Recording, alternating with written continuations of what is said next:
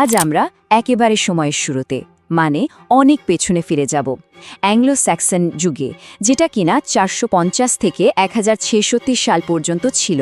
ভাবুন একবার, সেই সময়ে ইংল্যান্ডের সাহিত্য কেমন ছিল। চলুন আজ সেই রহস্যময় অ্যাংলো স্যাক্সন সাহিত্যের জগতে একটা ডুব দেওয়া যাক। শুরু করা যাক একটা বেশ অদ্ভুত কিন্তু দারুণ শক্তিশালী শব্দ দিয়ে, যেটা একটা পুরনো কবিতা থেকে নেওয়া, তিমিপথ। মানেটা কি হতে পারে এর? একটু ভাবলেই বোঝা যায়, তাই না? বিশাল তিমিরা যেমন সমুদ্রের সাঁতরে বেড়ায়, অ্যাংলো স্যাক্সনরা ঠিক সেভাবেই সমুদ্রকে দেখত। তাদের কাছে সমুদ্র ছিল একটা বিশাল জীবন্ত রাস্তা। এখানেই তো তাদের ভাষার আসল সৌন্দর্য। এই প্রশ্নটাই কিন্তু অ্যাংলো স্যাক্সন সাহিত্যকে এতখানি আলাদা করে তুলেছে। আর আজকের এই আলোচনায় আমরা এই ধাঁধারই উত্তর খোঁজার চেষ্টা করব। তারা তাদের চারপাশের দুনিয়াটাকে কিভাবে দেখত, আর শব্দ দিয়ে কিভাবে সেই ছবিটা ফুটিয়ে তুলত। আচ্ছা, তাদের কবিতা বুঝতে হলে তো আগে তাদের জগৎটাকে বুঝতে হবে, তাই না? একটা এমন জগৎ যেখানে নিয়তি, দ্বৈত আর বিশ্বাস সবকিছু যেন মিলে মিশে একাকার হয়ে গিয়েছিল। এখানে আমরা দুটো একেবারে ভিন্ন বিশ্বাসের একটা অসাধারণ মিশ্রণ দেখতে পাই। একদিকে আছে পুরনো প্যাগান বীরত্বের ধারণা, যেখানে অটল নিয়তি আর প্রকৃতির শক্তি সবকিছু, আবার অন্যদিকে নতুন আসা খ্রিশ্চান আধ্যাত্মিকতা। তাদের সাহিত্য যেন এই দুই জগতের লড়াই আর মিলেমিশে যাওয়ার একটা জীবন্ত দলিল হয়ে আছে। এই বিষয়গুলো খেয়াল করলেই তাদের সংস্কৃতি সম্পর্কে একটা পরিষ্কার ধারণা পাওয়া যায়। যেমন নিয়তিকে তারা অটল বলে মানত, সংগ্রামে ছিল তাদের জীবনের মূল মন্ত্র, আর সম্মান ছিল সবচেয়ে বড় গুণ। বেশ মজার ব্যাপার হলো, তাদের সাহিত্যে রোম্যান্টিক ভালোবাসার তেমন কোনো জায়গা নেই, কিন্তু নারীদের প্রতি সম্মানটা ছিল চোখে পড়ার মতো। চলুন এবার দেখি তারা কিভাবে শব্দ দিয়ে জাদু করত। তাদের কবিতা কিন্তু আজকের কবিতার মতো শোনায় না। এর একটা নিজস্ব ছন্দ আর শক্তি ছিল যা একদমই অন্যরকম। তাদের কবিতার মূল চালিকা শক্তি ছিল অনুপ্রাস, মানে অ্যালিটারেশন। ছন্দের মিলের বদলে তারা একই ব্যঞ্জন বর্ণের বারবার ব্যবহার করত। ভাবুন তো, প্রত্যেকটা লাইনে একই শব্দের এমন পুনরাবৃত্তি, এটা একটা ছন্দময় শক্তিশালী তাল তৈরি করত, যা শুনতে অনেকটা যুদ্ধের ড্রামের মতো লাগত। ক্যানিংস হলো ছোট ছোট ধাঁধার মতো। কোনো জিনিসকে সরাসরি না বলে তারা দুটো শব্দ জুড়ে দিয়ে একটা নতুন ছবি তৈরি করত। যেমন তলোয়ারকে তারা বলতো যুদ্ধ প্রদীপ। কি দারুণ, তাই না? এই স্লাইডটা তো ব্যাপারটা আরও পরিষ্কার করে দিচ্ছে।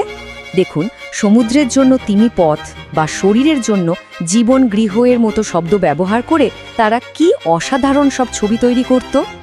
এটা তাদের ভাষাকে একটা সম্পূর্ণ নতুন কাব্যিক মাত্রা দিত।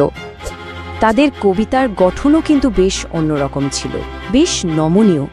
লাইনের শেষে মিল দেওয়ার চেয়ে তারা শ্বাসাঘাত আর রূপকের উপর অনেক বেশি জোর দিত, আর এটাই তাদের কবিতাকে একটা গভীর অর্থ দিত। তো মনে প্রশ্ন আসতেই পারে, যদি এসব গান আর গল্পের মাধ্যমে মুখে মুখে চলতো, তাহলে আজ আমরা এই লেখাগুলো কিভাবে পড়ছি? একবার কল্পনা করুন, কনকনে শীতের রাতে আগুনের পাশে বসে গায়করা এই বীরদের গল্পগুলো সুরে সুরে গাইছে। লেখার আগে এই গল্পগুলো ছিল গান, যা প্রজন্মের পর প্রজন্ম শুধু শুনে শুনেই মনে রাখত। দুটো বড় ঐতিহাসিক পরিবর্তন এই গল্পগুলোকে বাঁচিয়ে রাখতে সাহায্য করেছিল। এক, খ্রিশ্চান মঠগুলো, যেখানে সন্ন্যাসীরা এই গল্পগুলো প্রথমবার লিখতে শুরু করেন।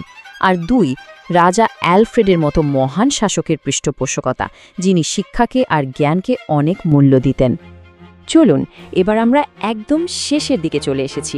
দেখি এই সব কিছু মিলে ইংরেজি সাহিত্যের প্রথম দিকের কিছু অসাধারণ কাজের জন্ম কিভাবে দিয়েছিল।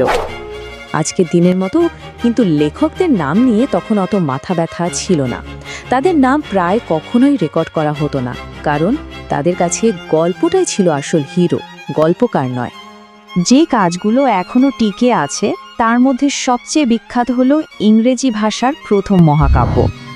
বেওয়ুলফ হলো অ্যাংলো স্যাক্সনদের বীরত্ব, নিয়তি আর দ্বৈতদের কাহিনীর একদম পারফেক্ট উদাহরণ।